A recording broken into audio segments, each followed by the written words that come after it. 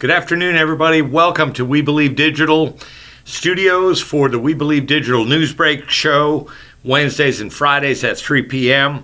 We really hope you like the content. Hit that like button. Hit that little bell so you get notified when the show comes on. Share us with your friends. All that stuff is beautiful stuff. We'd love to have it. Our subscriptions are continuing to grow, and we just couldn't be more grateful. I mean, I want to say it was in December when we crossed over 1,000 subscribers, and now I think we're in striking distance of 2,000 subscribers. So just really amazing stuff.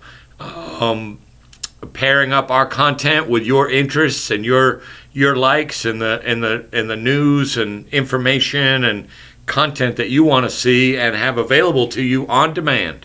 So we're really trying hard at that, and we appreciate working with you. So Chris Young, we start out on the local level with a story from WLBT. One of these stories you just don't want to, you got to say it, you know. So this is a Jackson City Councilwoman, Angelique Lee, expected to have a DUI charge expunged from her record months after she was arrested and charged in Madison, Mississippi. This was last June, according to WLBT. Councilwoman Lee, the vice president of the council, was pulled over along I-55 North after a Madison police officer following her smelled marijuana coming out of her vehicle. That is really interesting. He got a good nose, doesn't he? How is that even okay? So after submitting to several sobriety tests, she was arrested and given a $1,500 bond. The Ward 2 councilwoman later completed a DUI non-adjudication program, meaning that the apparently first-time offenders, this is an option, apparently, and meaning that her charge will not go on her record. She apologized for the incident, saying it has not hindered her office's work for the city of Jackson, and that she will continue to work for the people. We'll get back to that apology in a minute.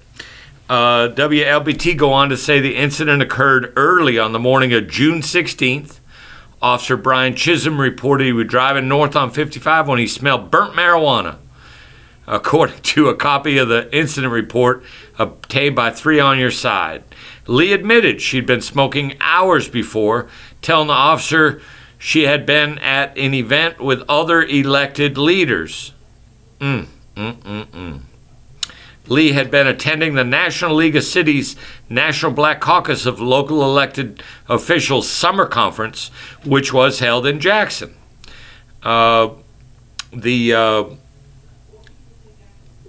Let's see, where did it say? Where is this? June 16th, right? So Mississippi, yeah. So that's interesting. She was she say hours before, but yet the cops smelled the smoke on the road while you're driving on the road? Something going on with that, isn't it? I mean, he said in one part of the report, he said her vehicle went well over the solid right-hand line.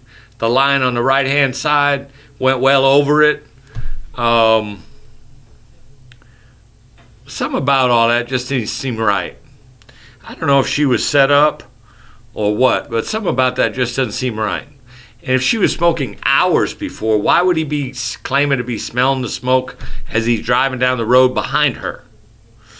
So, I'm not sure I get all that. But she did have an apology, and here's what she said, quote, "I sincerely apologize to the constituents of Ward 2 for any disappointment that my decisions that night may have caused. This has been a true learning experience for me and a cautionary tale for others as we matriculate through the legalization of medical marijuana, that the odor will carry on your person, clothes, and vehicle.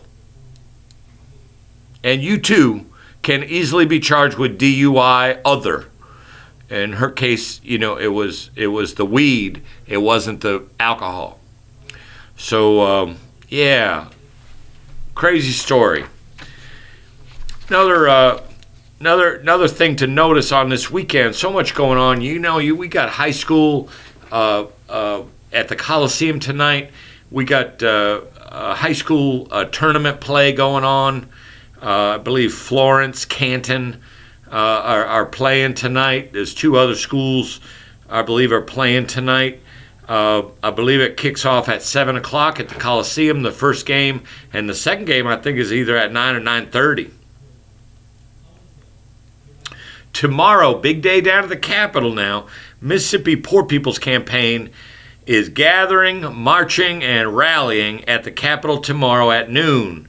The gathering is at Smith Robertson at 10 o'clock. The march then goes off at 11, and the rally at the Capitol begins at 12 noon. This is part of a nationwide 30-plus states plus the District of Columbia are doing the same thing tomorrow. Not just Mississippi here, but 30-plus states in their capital cities are having poor people's campaign marches tomorrow. A mass poor people's and low-wage workers assembly on Saturday. March and rally bringing the demands of poor and low wealth people for living wages, health care, housing, education, environmental justice, an end to gun violence, and voting rights directly to our lawmakers. Together we are taking back the mic, raising our voices and registering our voices as our demands. I see you at the Capitol tomorrow. Let's get out there. Let's hear what everybody got to say. Let's take the chance to have our voice heard. There's certain things when you get it out deep in the public with lots and lots of people behind things, they got to listen to. And this is Mississippi, but still, let's give it a try. In Mississippi today, it's just another day. You have the legislature in session, but nobody holding any hearings on the largest fraud case in state history, where two Republican governors, by all accounts, two Republican governors and their appointees stole money that was intended to go to the poorest families in Mississippi. And Mississippi is the poorest state in the country. Upwards of $97 million by some reports. Other reports say $74 million, $77 million. But one report I saw said upwards of $97 million. And instead of helping poor families, Tate Reeves, when he was the lieutenant governor, he paid $1.3 million of that money for a fitness boot camp. Fitness boot camp. How you do that? How you do that being a moral person? He claimed to be Christian, goes to church all the time. I know his pastor. How you do that? And I don't know if he got anything out of that fitness boot camp by the looks of him, but $1.3 million? And you think he was the only one in that fitness boot camp? You don't think there's any legislators over there, any other public officials over there, maybe the head of the public safety department? You don't think he was over there? They're not doing that alone.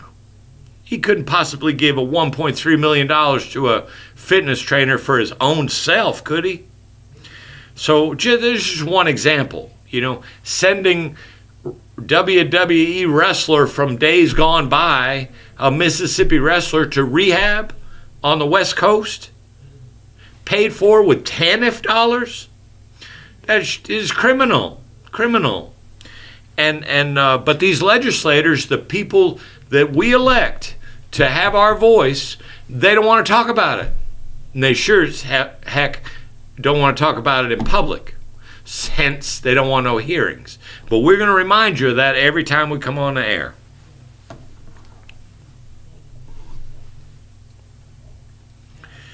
You might not know this lady, Thelma Sims Dukes. I don't know her. But she grew up during the 1940s and 50s in a segregated Mississippi town steeped in Civil War history.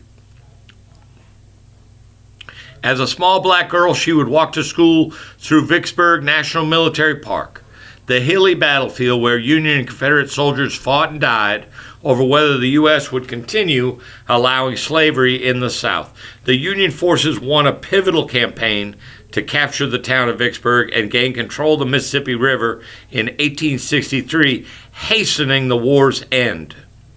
But during Duke's childhood, Vicksburg venerated the Confederacy and ignored the history of black soldiers who fought for the Union, including her great-great-grandfather, William Bill Sims.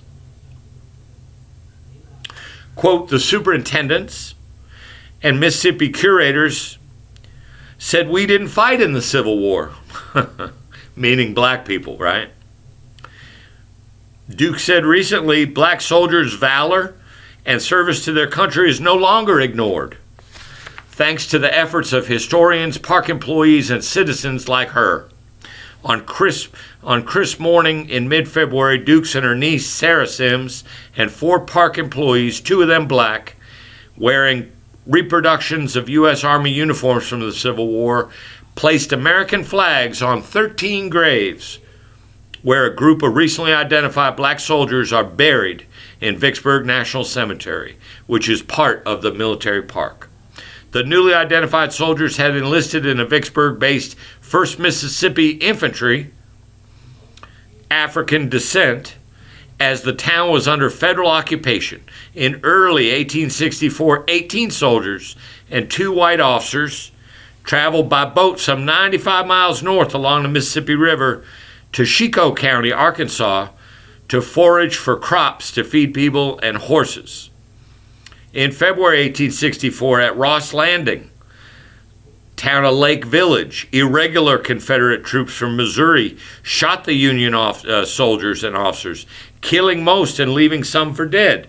They used the Union soldiers' own bayonets to impale the dead and wounded, pinning them to the ground, according to research.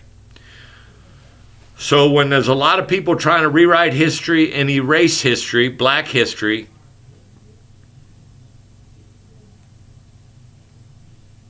and the white involvement in all the terrorism, perpetrated by white people, not by black people, perpetrated against black people in America. People want to rewrite that history, but people like Thelma Sims Dukes, they ain't letting that happen. They're bringing their information to the attention of the right people, and now they got American flags on those what was previously unmarked graves. Way to go, Miss Dukes. Okay, a story out of Jackson, but really is talking about Lexington. A Mississippi Police Department in one of the nation's poorest counties unconstitutionally jailed people for unpaid fines without first assessing whether they could afford to pay them, the U.S. Department of Justice said on yesterday. The announcement comes amid a Justice Department probe into alleged civil rights violation by police in Lexington, Mississippi. That ongoing investigation, my favorite two words when it comes to racism and oppression, ongoing investigation, which began in November, is focused on accusations of systemic police abuses in the majority black city of Lexington. About 1,600 people, some 65 miles north of Jackson. In a letter addressed to Catherine Barrett Riley, the attorney for the city of Lexington, federal prosecutors said the Lexington Police Department imprisons people for outstanding fines without demanding whether the person has the means, without determining whether or not the person has the means to pay them, a practice that violates the 14th Amendment. Riley did not immediately respond to a phone message. Now here come the civil rights attorney, U.S. Justice Department civil rights attorney Kristen Clark. Quote, "It's time to bring an end to a two-tiered system of justice in our country, in which a person's income determines whether they walk free or whether they go to jail," said Kristen Clark, the department's Assistant Attorney General for Civil Rights. That's Department of Justice now. "There is great urgency underlying the issues we have uncovered in Mississippi. And we stand ready to work with officials to end these harmful practices." Well, Miss Clark, they got to be willing to work with you. So you're going to have to put the heat on them. You're going to have to put it on hard now because people don't want to change. So that's it for the first segment. And we're going to dip out for a couple of commercials, and then we'll be right back with you for national news and world news. Have you had your Earthblend coffee today? At Earthblend Coffee, we take pride in offering you the very best of beans across the world, blended and roasted to perfection, giving you superior quality and satisfying and flavorful taste. Experience the world in one cup with Earthblend Coffee. To order, visit earthblendcoffee.co now. The Mississippi Link is an African-American female-owned newspaper with a trusted voice that is highly respected throughout the city, state, and nation. Our motto, keepers of the knowledge for people who speak the truth, since 1993. Link significantly influences the thoughts, attitudes, and buying decisions of its readers. Call us at 601-368-8481 for your advertising needs. If you would like to receive a newspaper in the mail each week, our annual subscription is only $52 per year. That is only $1 per week for you to stay informed regarding many stories that you can only get in the Mississippi Link. Sign up today at themississippi.com and click on Home Delivery. Welcome back, everybody. So glad you're joining us on the We Believe Digital News Break Show. Trying to put some stories out there that we believe will be of interest to you and keep you updated and informed about things going on. We're shifting to national news now, where we have a 114-year-old Houston woman became the oldest living person in the U.S., according to, now I try to pronounce this right, according to LongeviQuest, an organization that tracks human longevity across the globe. Elizabeth Francis is now the oldest living American at age 114. And 217 days after Eddie Ceccarelli, the previous oldest living American, died at 116 years old on February 22nd in California, according to LongeviQuest. Elizabeth Francis, is now also the fifth oldest person on Earth, according to them. She also included on the list of supercentenarians, people who are 110 and older, validated by the Gerontology Research Group, which verifies and tracks the world's oldest people. The 114-year-old Houston resident, an African-American woman, Elizabeth Francis, said to today.com, she said, quote, "It's not my secret. It's the good Lord's good blessing," Francis said in an interview. This was 6 months ago in August. She said, "I just thank God I'm here." So isn't that beautiful? And I wish we could have shown you the picture, but couldn't get to it in time. But you can look that up. Elizabeth Francis. Ain't no way I don't know what 114 looks like, but she can't look no 114. Look it up. Elizabeth Francis. Oldest woman in America, 5th oldest in the world. Ohio University has paused. It's come behind a whole affirmative action thing. Ohio University has paused the awarding of race-based diversity scholarships based on the Supreme Court's decision last summer to strike down affirmative action in college admissions. The university, one of Ohio's largest universities, with about 20,000 undergraduates at its main campus in Athens, announced its plans in a statement issued last week. They say, quote, "We are temporarily pausing the awarding of impacted scholarships, which represent a small but important subset of our annual scholarships, as we contemplate any necessary revisions. Scholarships already awarded to current students are not affected by the review. They will continue to get renewable scholarships if they meet the renewal criteria." The Ohio Attorney General's office notified colleges and universities the day after the Supreme Court decision that they must, quote, "immediately cease," unquote, considering race when making admissions. The office also said it would not legally protect someone at a college or university who uses race as a factor. So there was once something that looked like a level playing field, but the Supreme Court took that away. Texas is the second largest state in the U.S. You know which one it come behind, right?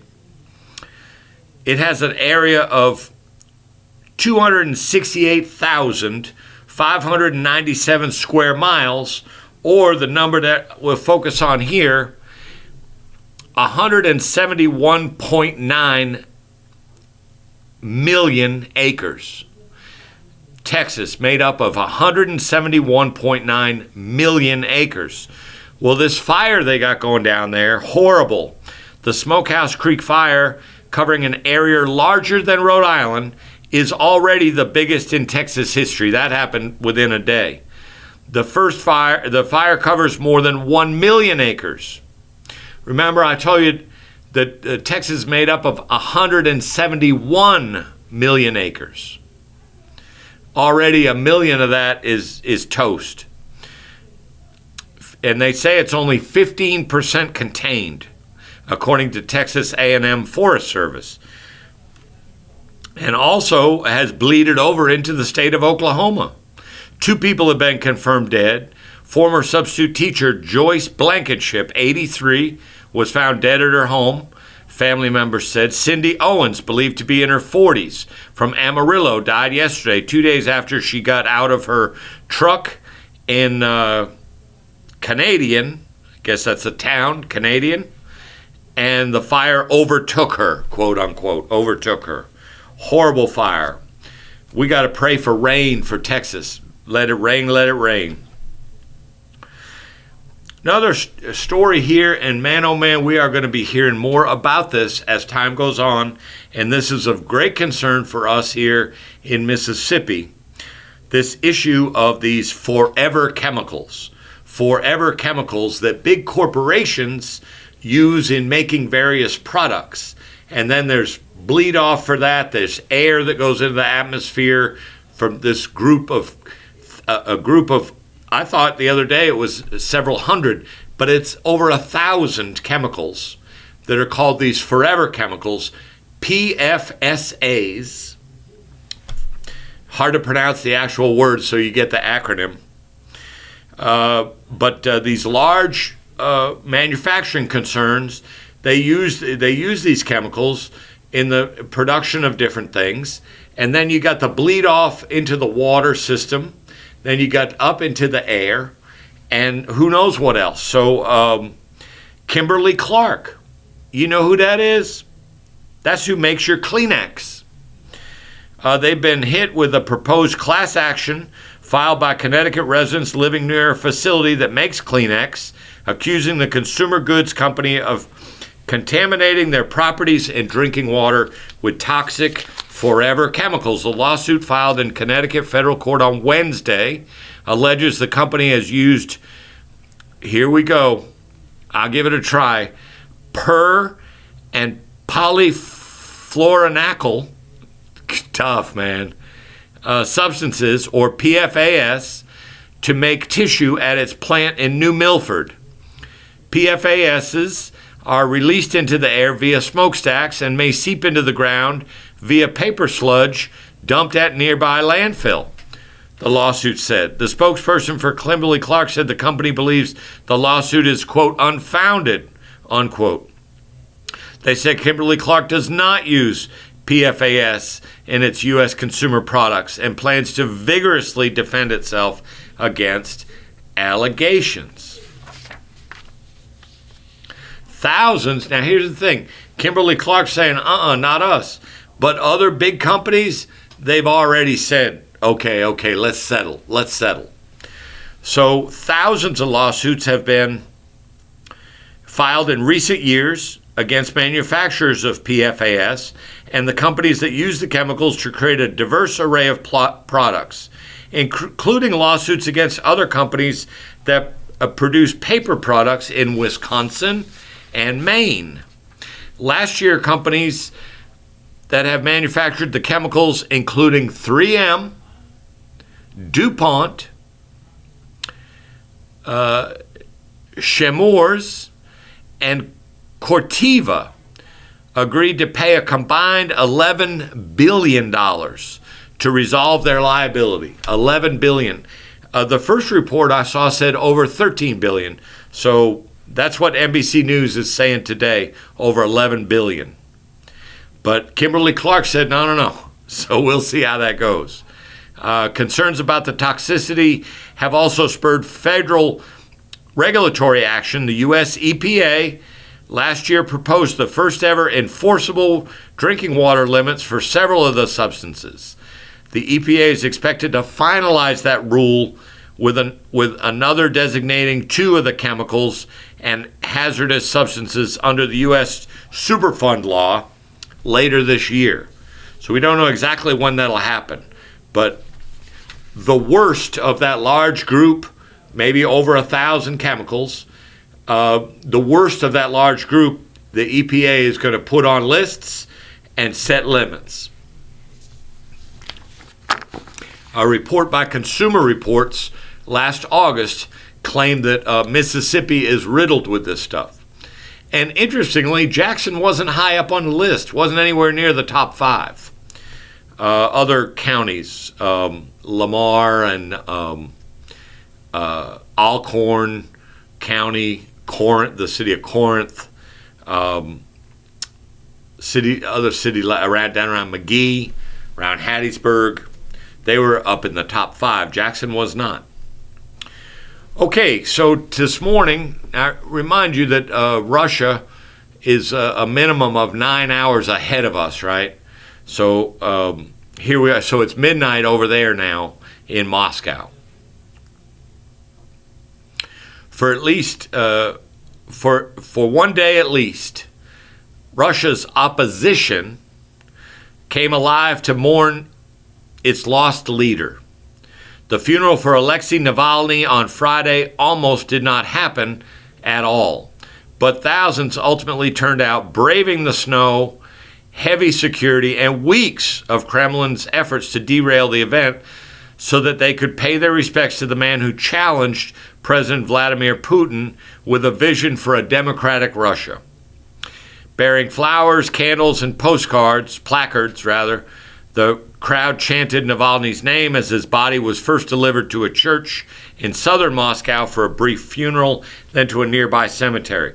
There are also riskier words uttered in a country where the state crushes even modest displays of dissent.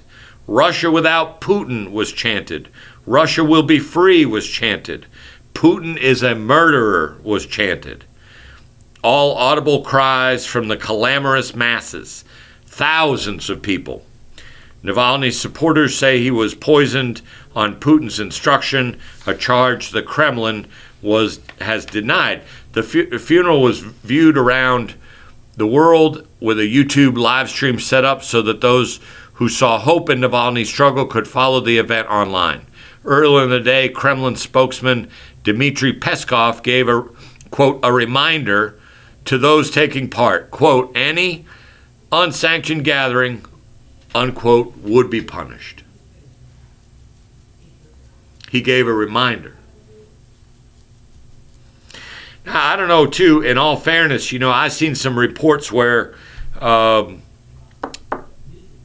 recently, but years ago, Navalny referred to black people as cockroaches. Seen that on two different media platforms. Not the largest platforms, but you don't know. But he did stand up to Putin, that's for sure. But as with everybody, I guess there's complications there. So obviously we wouldn't back that up, but who knows? And lastly, the story of craziness going on in Gaza. The Palestinian homeland, Gaza. Global leaders expressed grief and outrage about Israeli forces were accused of opening fire on a crowd of Palestinians who were hoping to get food from aid trucks in Gaza City. More than 100 people were killed. A report said that 80% of the people killed were killed from direct Israeli Defense Force gunfire while they're going to get food. The U.S. is scrambling to salvage ceasefire negotiations following the incident. Several administration officials, including President Biden, Secretary of State Blinken, making calls to their counterparts in the Middle East. But there's a growing sense of pessimism that a deal Biden recently said was close could be finalized. He really thought it was close, and now it hasn't happened. So people are getting pessimistic.